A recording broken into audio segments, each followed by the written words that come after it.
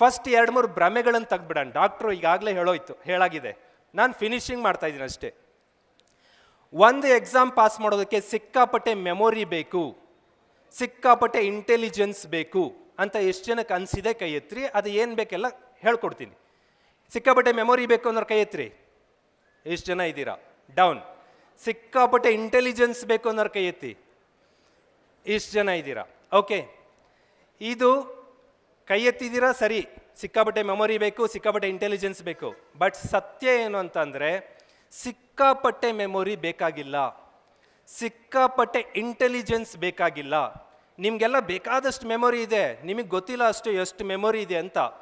Doctor sir ಹೇಳ್ತಾ ಇದ್ರು memory storage ಹೆಂಗಿರಬೇಕು ಅಂತ. ಈ ಸ್ಟೋರೇಜ್ ಬಗ್ಗೆ ಒಂದು ಮಾತಾಡಿ ನಿಮ್ಮ ಮೆಮೊರಿದು ಒಂದು ಟೆಸ್ಟ್ ಮಾಡಿಕೊಂಡು ಮುಂದೋಗೋಣ. ನಿಮಗೆ ಮೆಮೊರಿ ಇದೆಯೋ ಇಲ್ಲವೋ ಅಂತ ಅನಿಸ್ತಾ ಇದೆ. ಏನು ಹೆಸರು ನಿಮ್ಮದು? ಮೇಘ. ಮೇಘ, ನಿನಗೆ arts, commerce, science? Arts. Degree ಯಾವುದು? Optional English. English literature class ಆಗಿದೆಯಾ? ಹಾಂ, ಆ ಕ್ಲಾಸ್ ಹೋದ್ವಾರ ಮೇಡಮ್ ಮಾಡಿದಾರಲ್ಲ, ಇಂಥ ಟಾಪಿಕ್ ಅಂತ ಹೆಡ್ಡಿಂಗ್ ಹೇಳಿದ್ರೆ ಅದರಲ್ಲಿ ಒಂದು ಪ್ರಶ್ನೆ ಏನಾದ್ರು ಕೇಳ್ತೀನಿ ನಾನು. ಅದ್ರ ಬಗ್ಗೆ ಏನಾದರೂ ಪ್ರಶ್ನೆ ಕೇಳಿದ್ರೆ ಉತ್ತರ ಕೊಡ್ತೀರಾ? ಲಿಂಗ್ವಿಸ್ಟಿಕ್ ಬಗ್ಗೆ ಏನೇ ಪ್ರಶ್ನೆ ಕೇಳಿದ್ರು ಉತ್ತರ ಕೊಡೋಕೆ ರೆಡಿ ಇದ್ದೀರಿ. ಹೋದ ವರ್ಷ ಮೊನ್ನೆ ಅಷ್ಟೇ PUC ಪಾಸ್ ಆಗಿದ್ದೀರಾ. ಹಿಸ್ಟ್ರಿ, ಎಕಾನಮಿ, ಪೊಲಿಟಿ ಎಲ್ಲ ಓದಿದ್ದೀರಾ. ಪೊಲಿಟಿಕಲ್ ಸೈನ್ಸಲ್ಲಿ ಒಂದು ಪ್ರಶ್ನೆ ಕೇಳ್ತೀನಿ, ಉತ್ತರ ಕೊಡ್ತೀರಾ? ಹಿಸ್ಟ್ರಿನಲ್ಲಿ ಟ್ರೈ ಮಾಡ್ತೀರಾ? ಗ್ಯಾರಂಟಿನಾ? ಹಾಂ, ನೀವು ಗ್ಯಾರಂಟಿ ಉತ್ತರ ಕೊಡ್ತೀರಾ? ನೀವು ಓಕೆ. ನೋಡ್ರಿ, ಎಲ್ಲ ಕಾನ್ಫಿಡೆನ್ಸ್ ಇಲ್ಲ, ಅಂತ ಇದ್ದಾರೆ. ಆದರೆ ಒಂದು ವಿಚಾರ ಹೇಳ್ತೀನಿ ನಿಮಗೆ, ಒಂದು ವಿಚಾರ ಜಸ್ಟ್ ಥಿಂಕ್ ಮಾಡಿರಿ ಅಷ್ಟೇ. ಇಬ್ಬರು ಹುಡುಗ ಹುಡುಗಿ ಲವ್ ಮಾಡಿದ್ದಾರೆ, ದೇ ಆರ್ ಲವರ್ಸ್. ಒಂದು ಬೆಂಚ್ ಮೇಲೆ ಕೂತ್ಕೊಂಡಿದ್ದಾರೆ, ಸ್ವಲ್ಪ ಸರ್ಕೊಳ್ರಿ. ಹಿಂಗೆ ಕೂತ್ಕೊಂಡಿದ್ದಾರೆ, ಮಾತಾಡ್ತಾ ಇದ್ದಾರೆ ಕೈ ಕೈ ಹಿಡ್ಕೊಂಡು. ನಾನು ನೀನು ಸದ್ಯದಲ್ಲೇ ಮದುವೆ ಆಗ್ತಾ ಇದ್ದೀವಿ, ನಮ್ಮ ಮದುವೆಗೆ ನವಿಲುಗಳು ಡ್ಯಾನ್ಸ್ ಮಾಡಬೇಕು, ಕಾಮನ ಬಿಲ್ಲು ವೆಲ್ಕಮ್ ಮಾಡಬೇಕು ಅಂತ ಬೆಂಚ್ ಮೇಲೆ ಕೂತು ಮಾತಾಡ್ತಾ ಇದ್ದಾರೆ. ಯಾಕೋ ಕೂಗ್ತಾ ಇದ್ದೀರಲ್ಲ? Why you are shouting? ಯಾಕೆ? ರಾಮಾಚಾರಿ. ಯಾರವನು? ಆ ಹುಡುಗ ಯಾರು? ಎಸ್. ಆ ಹುಡುಗಿ ಯಾರು? ಬಿಟ್ರೆ ಫಿಲಮ್ ಹಾಡೆಲ್ಲ ಹೇಳ್ಬಿಡ್ತೀರಿ ನೀವು. ಅಂದರೆ ಹೋದ್ವಾರ ಮಾಡಿದ ಪಾಠದ ಪ್ರಶ್ನೆ ಕೇಳೋಣ ಅಂದರೆ ಇದಿನ್ನೂ ಸೀನೇ ಕ್ರಿಯೇಟ್ ಆಗಿಲ್ಲ, ಅರ್ಧ ಕ್ರಿಯೇಟ್ ಆಗಿದೆ. You know everything. ಮೆಮೊರಿ ಇದೆಯಲ್ಲ, ನೀವು ಅಂದ್ಕೊಂಡಿದ್ದೀರಾ ನನಗೆ ಮೆಮೊರಿ ಇಲ್ಲ ಅಂತ. ಮತ್ತು ಈಗೇನು ಮೆಮೊರಿನೇ ಅಲ್ಲ, ಇಷ್ಟು ಜನ ಪ್ರಶ್ನೆ ಕೇಳೋಕ್ಕೂ ಮೊದಲು ಉತ್ತರ ಕೊಟ್ಟಾಗಿದೆ. ಅಂದರೆ ಮೆಮೊರಿನಲ್ಲಿ there is 2 type.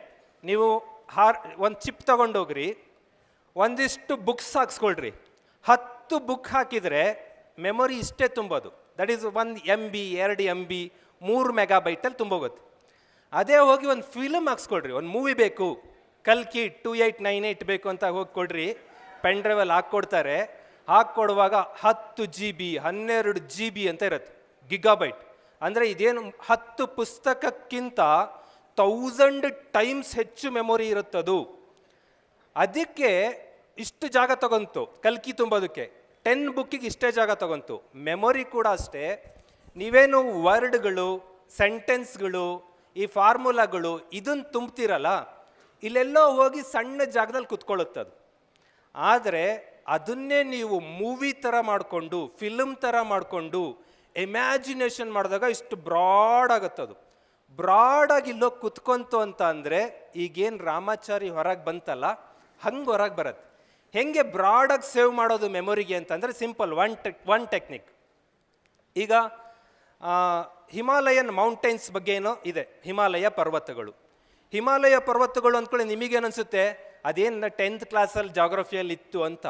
You don't believe, IAS ಪ್ರಿಲಿಮ್ಸಲ್ಲಿ ಒಂದು ಎಕ್ಸಾಂಪಲ್ ಕ್ವಶನ್ ಕೇಳಿದ್ದಾರೆ. ಏನು ಕೇಳಿದ್ದಾರೆ? ಹಿಮಾಲಯ ಮೌಂಟೇನ್ಸಲ್ಲಿ ಒಂದು ವಸ್ತು ಸಿಗುತ್ತದೆ, ಒನ್ ಥಿಂಗ್ ಈಸ್ ಅವೈಲಬಲ್. ವಸ್ತು ಅಂತಾರದನ್ನ. ಆ ವಸ್ತು ಯಾವ ಗಿಡದ ಯಾವ ಭಾಗ, which part of A plant ಅಂತ ಕೇಳ್ತಾರೆ. ಯಾವ ವಸ್ತು? ಕೇಸರಿ ಅಂತ. ಕೇಸರಿ ಕೇಳ್ತಾರೆ ಅವರು. ಗಿಡದ ಬೇರುಗಳು, ಇದು ರೂಟ್ಸು. ಗಿಡದ ತೊಗಟೆ, ಸಿಪ್ಪೆ ಬರುತ್ತಲ್ಲ ಅದು. ಗಿಡದ ಎಲೆಗಳು, ಲೀವ್ಸು. ಗಿಡದ ಪೆಟಲ್ಸ್, ಹೂವಿನ ಭಾಗಗಳು. 4 ಚಾಯ್ಸ್. IAS ಪರೀಕ್ಷೆಯಲ್ಲಿ ಹಿಮಾಲಯನ್ ಮೌಂಟೇನ್ಸ್ ನೀವು ಓದಿದ್ದೀರಾ 10th, ನಾನು ಓದಿದ್ದೀನಿ 10th. ನೀವು 10th ಬುಕ್ಕಿಂದೆಲ್ಲ ಎಲ್ಲಿ ಬರುತ್ತೆ ಅಂತಾರೆ, ಅವ್ರು ಕೇಳಿರೋ ಪ್ರಶ್ನೆ 10th ಬುಕ್ದೆ. ಬಟ್ 70% ಹುಡುಗರು ಆ ಪ್ರಶ್ನೆಗೆ ತಪ್ಪುತ್ತರ ಬರೆದ್ರು.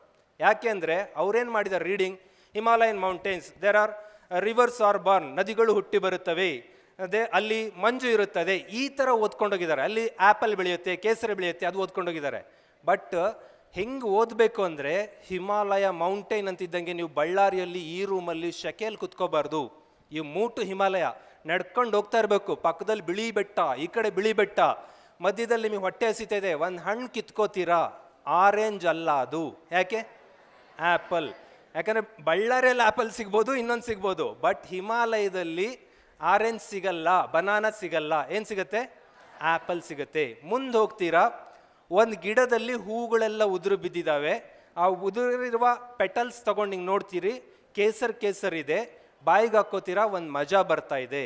ವಿಮಲ್ ಪಾನ್ ಮಸಾಲ, ಕೇಸರ್ ಕಾ ದಮ್ ಹೇ.